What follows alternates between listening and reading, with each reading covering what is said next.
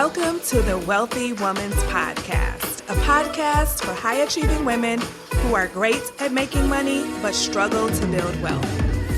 You'll learn how to take control of your money, increase your net worth, and make more. Ladies, it's time to create a life with more money and more freedom. Let's dive in. Well, hello, everyone. Welcome back to the podcast. This is episode number 40, so we are moving right along.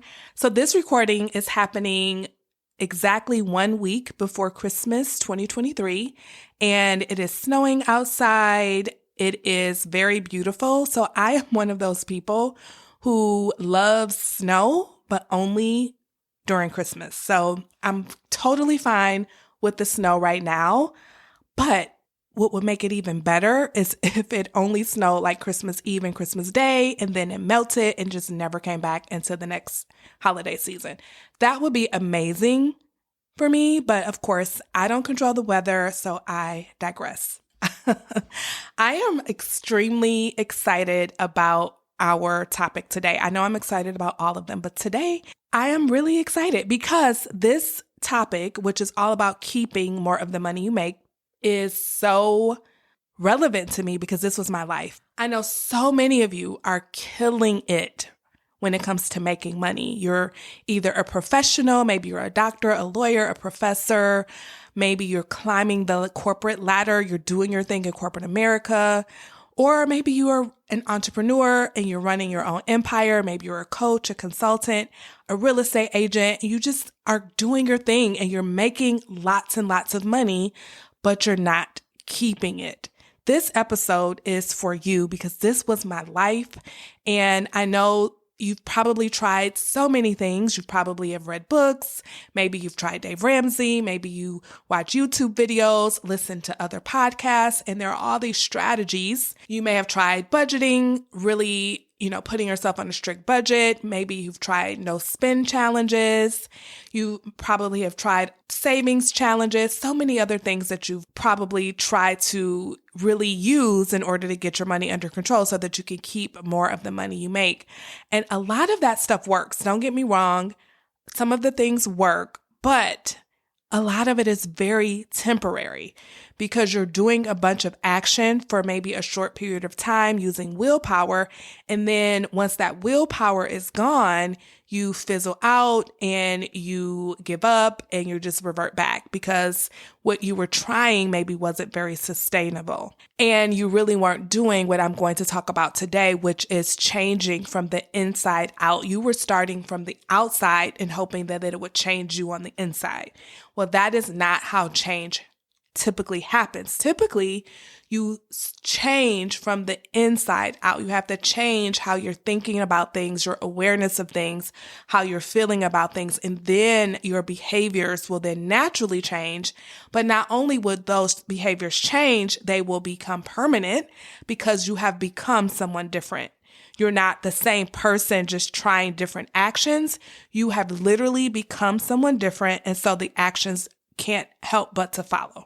So that is what we're going to cover today. I'm going to be sharing with you some really cool concepts, 3 in particular that I think you'll really enjoy learning about. And I'll challenge you to take me up on what I talk about today. Start to implement some of the things I talk about today. They're all internal things, right? They're things you can just do. You don't need to change any of your behaviors yet. It's just some internal things you can start to do so that you can start keeping more of the money that you make. And I know that's a frustrating thing when you make so much money, but you're not keeping it. So I want to help you with that today. So here's a friendly reminder before we get into everything to sign up for the Ultimate 2024 Money Planning Workshop. Remember, that's happening on Tuesday, January 2nd at 7 p.m. Eastern Standard Time, and on Saturday, January 6th at 11 a.m. Eastern Standard Time. These workshops are going to be fire, you all. I'm going to really show up and give you all the things you need so that you can make 2024 your wealthiest year yet. And it's only $37 to join me. So go ahead and go to the show notes. If you are able, if you're not driving, I say pause this right now, go to the show notes and grab your spot. Now, if you are driving and you can't pull over right now, just remember this easy website. So it's just Jermaine Foley, and remember that's Jermaine with a G. So jermainefoley.com/2024. You can just type that in and go ahead and get signed up. Here's a sneak peek at what we're going to cover. So one of the concepts I'm going to share with you is around being future focused when it comes to your money. So many of us need a fresh start, but we're not allowing ourselves to have one because we keep dragging the past into the present. And I want you to know that your past doesn't have to determine your future, okay? We need a fresh start, and I'm going to show you how to be future focused and how to leave the past in the past so that you can give yourself a brand new fresh start in 2024. Because remember, we're trying to make this our most prosperous, our most abundant, and our wealthiest year yet. And I know it's possible for you 100%. We're also going to look at my process for actually achieving and setting any financial goal that you have for yourself. This is so important so that you can set yourself up for success instead of fizzling out by mid-February. I want you to stick with your goals for the entire year so that you can make them a reality. The other thing we're going to look at is how to set goals that feel absolutely amazing to you. One of the things I really want you to know is that when you set goals, you really do have to be emotionally involved. You want to feel something when you set that goal. You want to either feel motivated, determined, committed, or something. You want to feel like, oh my God, this is amazing. This is going to be so much fun. This is going to be so cool.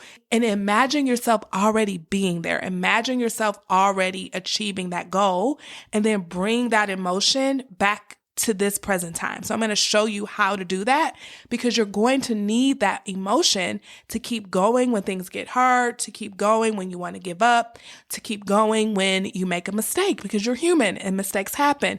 But the only people who do not reach the finish line are the people who quit. And I want to help you to no longer quit and to keep moving forward. So it would be my pleasure if you would join me. Remember, you can go to the show notes to sign up or go to jermainefoley.com/2024 and I will see you there. All right, let's hop into our topic for today. So as I mentioned earlier, we're really going to talk about how to keep more of the money you make. And I know that this is such a frustrating thing when you're making a lot of money, but you're not keeping it. When I was dealing with this, I literally thought that there was no hope for me. I just thought that I was the kind of person that would not be able to keep money, that I would just struggle with money. And that was just my lot in life. I was cool with, being the person who could make money, but I just thought, well, I just don't have that right combination, right? I can make it, but I can't keep it. Oh, this is just how my life is going to be. Until I really embrace these 3 concepts that I'm going to share with you today. Now, remember, these are internal shifts that you can start to make so that you can really begin to become the person who can keep more of her money, right? This is possible for you. You do not have to think like I thought. I thought I was hopeless. I thought there was no way that I could change. I just thought I was just bad with money and I would just struggle forever and ever. Thank God I can make it though. But you know what? When it comes to having money and keeping money, that was going to be my struggle. And I'm so glad that I found out that I was so wrong about that. And so if you feel that way or if you think that way about yourself, I want to tell you that you're wrong about yourself. You can change. You can totally turn things around. And I'm going to show you today 3 things that you can do internally that will help you to make lasting change so that you can become the kind of woman who not only makes really good money, but you're also the kind of woman that knows how to keep a nice amount of that money and build wealth with it. So the first concept is to become aware of what's happening. Okay, awareness is the first concept. You want to bring awareness to what's going on with your money because currently you're living on autopilot and everything is happening at a very unconscious level. Okay, I want you to think about what it's like to drive home from work when you've been living in the same home for 5 years and working at the same location for 5 years. You literally drive home from work on autopilot. And sometimes you probably get home and wonder like, you know what? I didn't even pay attention to how I got here, but I'm here. That is what's happening with your money, right? You've been living a certain way for so long that it's on autopilot.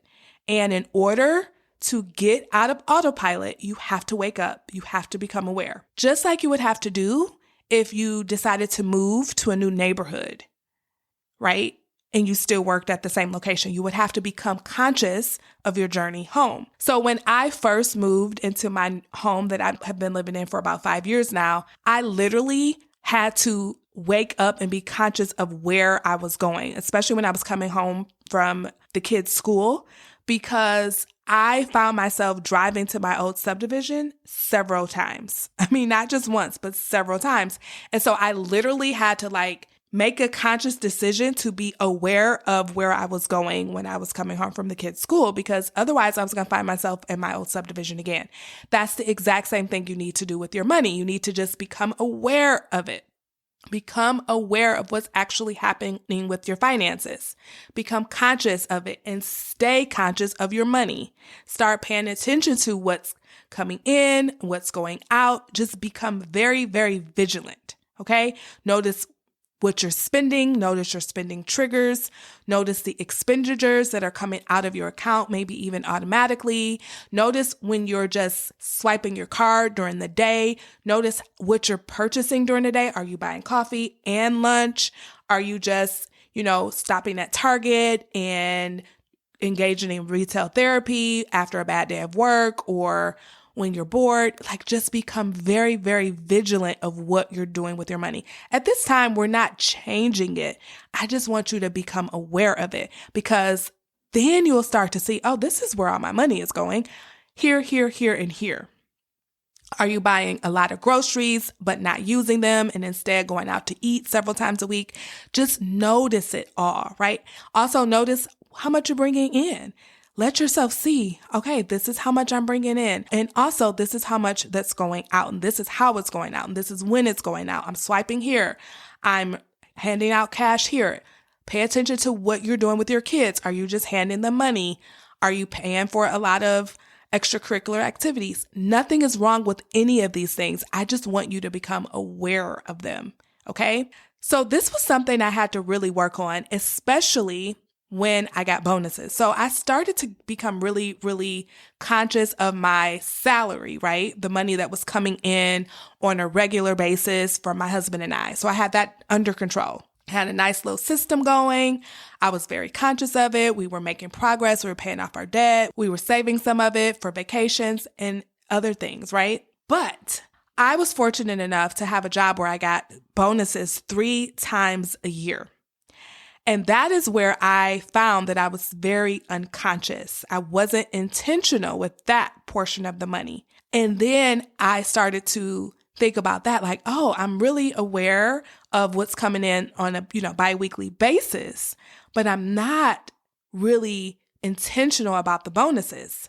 And what I noticed was I subconsciously would always have something big to purchase when a bonus came around. Whether it was a new handbag or a personal development course I wanted to purchase, I always had something pretty big. When I say big, over $1,000 that I wanted to purchase when I got a bonus.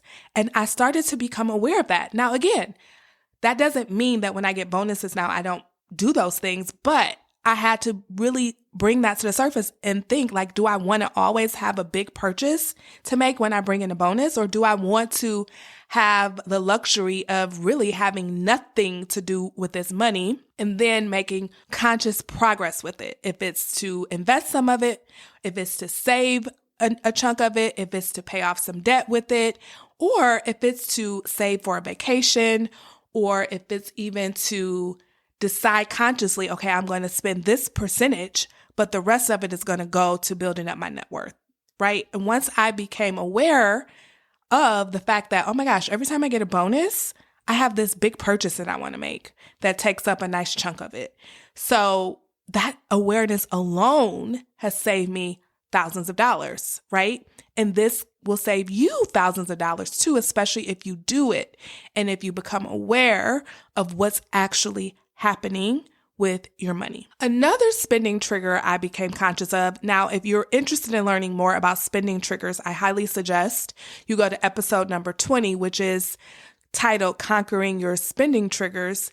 So one of the spending triggers that I had was when I was driving home from work. Sometimes, depending on where I was working that day, I would pass by the outlet mall, and I literally subconsciously would drive off that exit and go into the mall. They had 3 of my favorite stores. One was BCBG and the other one was Banana Republic, and the third one was J. Crew, right? And I absolutely love those stores, and I would just go to look, and I'm using air quotes, right? Because you all know that I very rarely went and just looked. I usually always came out with something in my hands, right? Some sort of something I didn't need. So with that, I had to become conscious of that and become intentional. And so when I would drive past that exit, I would literally have to consciously tell myself, hey, we're not going there today. We're not veering off today. We're not doing it. And I would have the urge, but I would have to be conscious and say, hey, nope, we're not doing that today. All because I decided to bring awareness to my money, to my spending triggers, to what I was doing with my money and how I was handling it. And so I invite you to become aware of what's going on with your money, to wake up to it, to be conscious of it. Okay. Let's go on to concept number 2. So this is a concept that I teach inside of the Wealthy Woman's Academy, which is my group coaching program where you get one-to-one support, but also group support in changing your finances for good. I teach a concept called financial maturity. In order to embrace financial maturity, you have to acknowledge that where you are is because of how you thought, felt, and behaved in the past when it came to your finances. And this is true no matter what your financial results are. No matter what your net worth is, your debt level, the amount of money you have invested, the amount of money you have saved, all of those things, all of those circumstances, all of those facts were created by you. And that is what financial maturity is. I know that this may seem harsh, but it's such good news, and I'm going to explain why in a minute. Now, the alternative to being financially mature is to be financially immature. Financial immaturity is when we place blame on anything outside of ourselves for where we are financially. This can be on other people, our parents, our spouse, our employer, our business partners, the government. We could blame Sally Mae or Navient or the student loan people. We could blame our university. We could blame society as a whole. And although I'm the first to admit that there are circumstances that happen outside of your control every single day, I get that. But when we blame our circumstances, what we're doing is we're giving all of our power to them. And the truth is, we can't control what happens to us, but what we can control is how we respond to it. So financial maturity is embracing that. It's taking ownership of where you are so that you can actually do something about it. It's a decision to take full responsibility, 100% responsibility. This empowers you. This gives you the ability to take back all your power so that you can change your life. Because here's the deal. If it's someone else's fault, then you're dependent upon them to change in order for your life to change. And that is not how we live. We do not put our lives in the hands of anyone else other than ourselves and God.